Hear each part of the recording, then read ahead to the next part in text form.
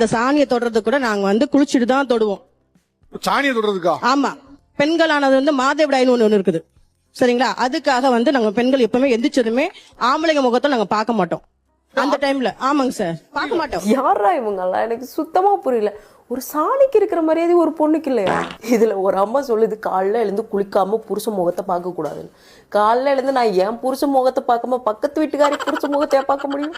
கொள்ளை அடிக்கிறவன் கோயிலுக்கு போறான், கொலை பண்றவன் கோயிலுக்கு போறான், பொண்ணு அசிங்கமா தடவுறவன் கோயிலுக்கு போறான், பொண்ணை ரேப் பண்றவன் கோயிலுக்கு போறான். ஆனா ஒரு பொண்ணு பீரியட்ஸ் ஆயிட்டா கோயிலுக்கு போக கூடாது. கேட்டா தீட்டு. இல்ல எனக்கு ஒண்ணு சொல்லுங்க, கடவுள் உருவாக்குனதுதான் இந்த உடம்புன்றீங்க. இந்த உடம்புல இருந்து வர ரத்தம் தீட்டுன்னா அப்ப இந்த உடம்பு தீட்டு தானே? அப்ப இந்த உடம்பு உருவாக்குன உங்க கடவுளும் தீட்டு தானே?